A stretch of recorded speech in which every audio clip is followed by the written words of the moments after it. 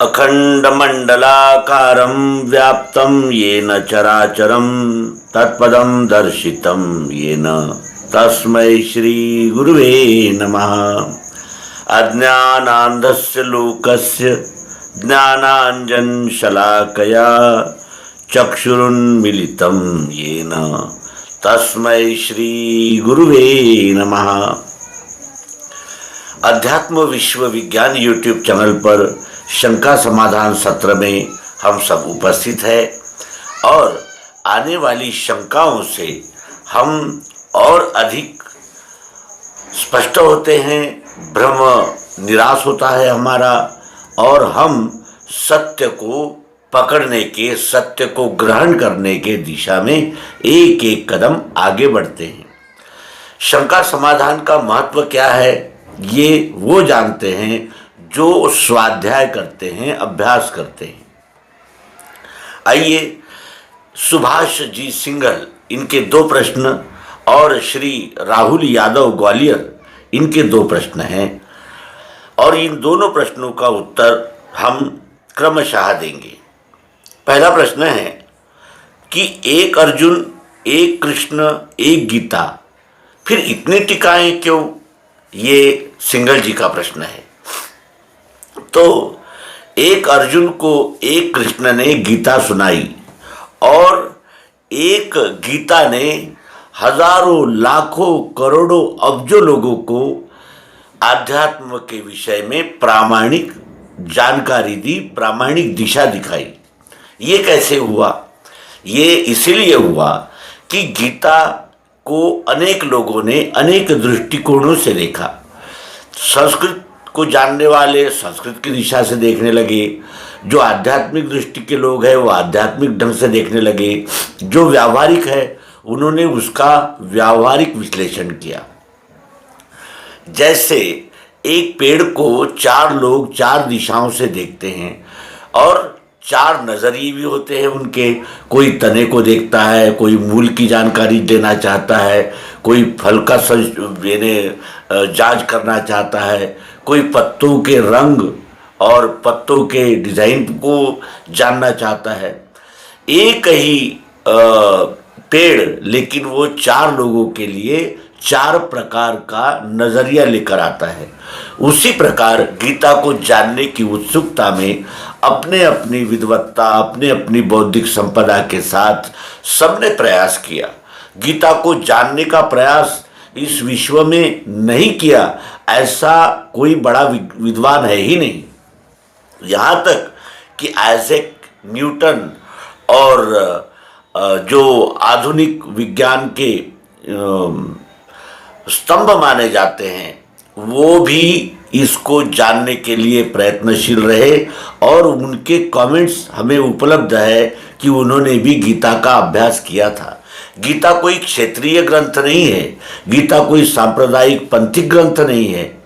गीता ये मनुष्य, विश्व मानव के बर्ताव के लिए किया गया मार्गदर्शन है। गीता मानव के अंदर छुपे हुए अनेक विकारों को निष्कासित करता है और उनका निराकरण करता है और मुसीबत के समय, जब समय आता है तब मनुष्य ने कैसे बर्ताव करना चाहिए, कैसे रास्ता खोजना चाहिए और ये विश्व का स्वरूप क्या है, ये विश्व की निर्मिति कैसे हुई और इस विश्व का मनुष्य के साथ क्या संबंध है, ये स्पष्ट करने वाला ग्रंथ है। और इसीलिए गीता पर टीका करने का अधिकार सबको है। लेकिन गीता का जो मूल मर्म है, गीता का जो प्राण तत्व है, वो गीता का 11वां अध्याय विश्वरूप दर्शन है। विश्वरूप दर्शन ये प्रायोगिक पद्धति से तत्वदर्शी सद्गुरु अपने शिष्यों को समझाते हैं, जिसमें पिंड और ब्रह्मांड का क्या संबंध है, इस ब्रह्मांड से इस पिंड में कौन कौन से एलिमेंट्स निर्मित होते हैं या प्रसुप्त होते हैं, उसका दिग्दर्शन किया गया है। लेकिन वेद व्यास उस सिद्धांत को प्रायोगिक पद्धति से नहीं रख सके। इसलिए नहीं रख सके कि वो प्रयोग का विषय था और जो वेद व्यास जी थे वो मुनि थे और इसीलिए वो उसका स्पष्टीकरण वहाँ नहीं दे सके। लेकिन संपूर्ण गीता में विश्वरूप दर्शन के विषय में अनेक प्रकार से अनेक स्थान में उल्लेख आए हैं। वो यदि हम देखते हैं तो ये स्पष्ट विदित हो जाता है कि गीता का मूल विषय क्या है। गीता के विषय में अनेक टीकाएं निर्माण हुई तो अनेक लोगों ने अनेक दृष्टि उसमें रखी। जैसे किसी ने गीता को कर्म प्रधान माना, किसी ने ज्ञान प्रधान माना, किसी ने उपासना प्रधान माना, किसी ने केवल उसमें फिलॉसफी यानी तत्व विज्ञान की जानकारी ली। लेकिन यदि गीता को समग्रता से जान लिया जाए तो गीता ये विश्व का एकमात्र ऐसा ग्रंथ है जिसका संबंध मनुष्य की हर हरकत से है, मनुष्य के हर कदम से है, मनुष्य के जीवन में आने वाले हर समस्या से श्रीमद् भगवत गीता का संबंध है। ये हमें स्पष्ट दिखाई देता है। और इसीलिए एक गीता, एक अर्जुन, एक श्री कृष्ण, तो फिर इतनी टीकाएं क्यों? इतनी टीकाएं इसलिए कि गीता को जानने का प्रयास सब ने किया और सबको यह अधिकार है कि गीता को वो जाने। लेकिन भगवान श्री मायानंद जी चैतन्य, इन्होंने गीता की जो व्याख्या की है, गीता का जो स्पष्टीकरण दिया है, वो उत्तम नहीं सर्वोत्तम है, क्योंकि उसी से पिंड और ब्रह्मांड की एकता, एकात्मता सिद्ध होती है और उसको पाकर ही ये मनुष्य जीवन धन्य हो सकता है। फिर सुभाष सिंगल जी का दूसरा प्रश्न है कि पुनर्जन्म कैसे होता है? पुनर्जन्म का अर्थ होता है फिर से इस जीवन को जीना, फिर से इस जीवन में आना। वो इसलिए होता है कि जब हम जीवन जीते हैं तो हमारा हिसाब कभी कंप्लीट होता ही नहीं। जैसा किसी साहूकार से कोई कर्ज लेता रहे और फिर चुकाता भी रहे, तो कर्ज लेता भी रहता है और चुकाता भी रहता है, तो हिसाब पूरा होता नहीं। वो हिसाब पूरा होता है पूरा ऋण चुकाने से, और हम पूरा ऋण चुका नहीं पाते क्योंकि हमारे कर्म सतत होते रहते हैं, फल मिलता रहता है, नए नए कर्म बनते रहते हैं, नए नए कर्म हम करते रहते हैं। तो उससे संचित और प्रारब्ध तैयार होता है और उस प्रारब्ध को चुकाने के लिए इस जीव को पुनः जन्म धारण करना पड़ता है। और प्रारब्ध बनता है वासनाओं से। हमारे जीवन की ओर यदि हम तटस्थता से देखें तो स्पष्ट दिखता है कि हमारा जीवन वासनाओं का एक प्रवाह है। किसी को धन की वासना, किसी को तन की वासना, किसी को मन की वासना, किसी को बुद्धि में अनेक प्रकार से परिग्रह और अनेक प्रकार की प्राप्ति की इच्छा, यानी इच्छाओं का भंडार ये जीवन है और उन इच्छाओं की पूर्ति हम जीवन भर करते रहते हैं। लेकिन उन इच्छाओं से जो कर्म निर्मित होते हैं उसका पूर्णतया फल हम नहीं भोग पाते और हमारी इच्छाएं भी अतृप्त रहती है क्योंकि वो वासनाएं बन जाती है। इच्छा क्षणिक होती है और पूर्ण हो जाती है, लेकिन वासनाएं जितनी पूर्ण की जाने के जितनी पूरी करने का हम प्रयास करते हैं उतनी ही बढ़ती जाती है। जैसे अग्नि में घी डालने से अग्नि और अधिक प्रज्वलित होता है, वैसे ही वासनाओं की जितनी ज़्यादा पूर्ति हम करते हैं वो उतनी ही बढ़ती है और वासनाओं से ही नया जीवन धारण करना पड़ता है और फिर पुनर्जन्म होता है। पुनर्जन्म में फिर हम उसी चक्र में आ जाते हैं, कर्म करो फल भोगो, फिर कर्म करो फल भोगो, और जो बचे हुए कर्म फल भोग है उसको भोगने के लिए फिर आओ। ये तब तक चलता रहता है जब तक हमारे द्वैत भाव का निरसन नहीं होता।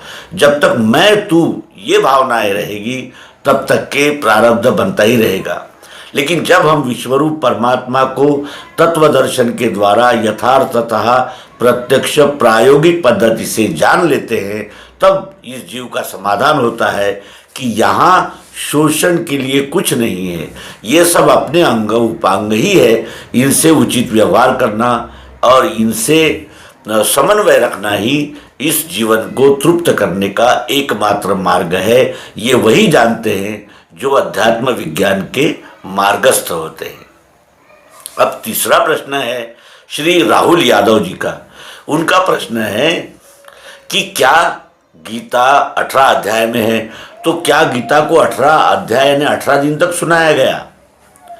तो ये प्रश्न ही यानी एक अनुमान पे लगाया गया है। वास्तविक क्या हुआ था? अर्जुन अपने युद्ध कर्म से भाग रहा था और जब युद्ध भूमि पर अर्जुन रथ में बैठकर पहुंचे तो वो कृष्ण से कहते हैं कि मुझे युद्ध के स्थान पर ले जाओ, दोनों सैन्यों के बीच में मेरा रथ खड़ा करो। कृष्ण जी ने रथ खड़ा किया। अर्जुन ने देखा कि यहाँ सब मेरे मामा, काका, भांजे, मेरे रिश्तेदार, ये सब मेरे आप्त स्वकीय जमा हुए हैं और प्रतिपक्ष में हैं और मैं इन्हें मारूंगा तो ये मरेंगे और ये पाप मैं राज्य लोभ के कारण कर रहा हूँ। इस प्रकार उनके मन में ग्लानि निर्माण हुई और वो भगवान श्री कृष्ण जी से कहने लगे कि मैं युद्ध नहीं करूँगा, मैं इतना रक्तपात करके राज्य संपदा प्राप्त नहीं करना चाहता। वास्तविक वहाँ वो समय नहीं था कि इस प्रकार का संवाद वहाँ हो, लेकिन जब श्री कृष्ण जी ने देखा कि अधर्म का नाश करने के लिए ये युद्ध जो उपस्थित हुआ है इससे अर्जुन भाग रहा है, इसलिए उसका समाधान करने के लिए प्रश्नोत्तर के रूप में वहाँ जो संवाद हुआ तो वहाँ केवल श्री कृष्ण और अर्जुन ही नहीं थे, वहाँ वेद व्यास भी थे और रणवृत्तवाहक पत्रकार जिसे आज की भाषा में कहते हैं वो संजय भी वहाँ था। इन दोनों ने भी वो संवाद सुना था और वो संवाद जब वहाँ हुआ तो वहाँ घंटों व्यवहार संवाद नहीं हुआ, वो कुछ समय हुआ और जब भगवान श्री कृष्ण जी ने दिए हुए उत्तरों से और प्रत्यक्ष प्रायोगिक पद्धति से विश्वरूप परमात्मा का दर्शन जब अर्जुन को श्री कृष्ण जी ने कराया तो अर्जुन का समाधान हुआ और फिर वो युद्ध में उपस्थित हो गए। श्री वेद व्यास ये विश्व के सबसे बड़े इतिहासकार थे। इतिहास को खोजना, संकलित करना और लिखकर रखना ये उनका कार्य था और यही कार्य वो करते रहे जीवन भर।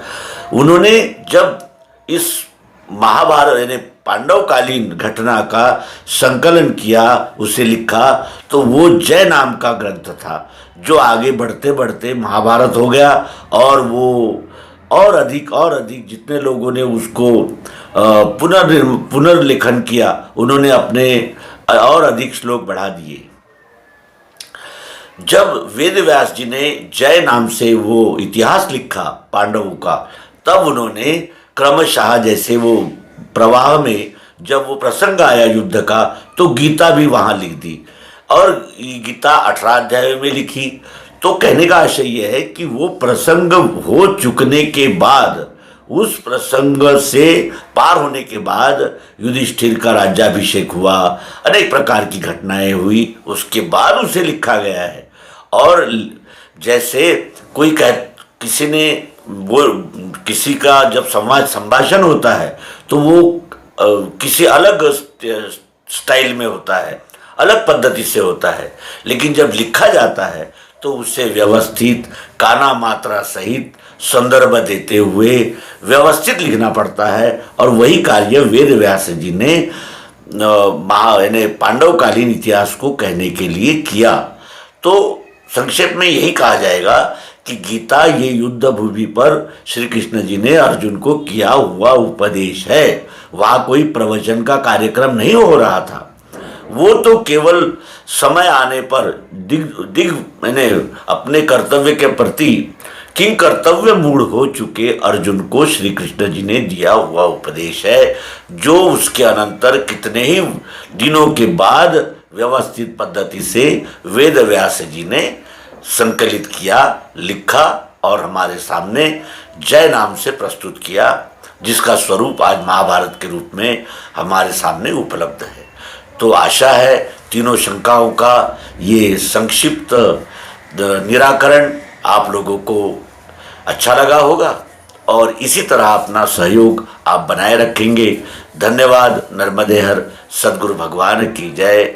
योगेश्वर भगवान श्री कृष्ण जी की जय। ओम शांति शांति।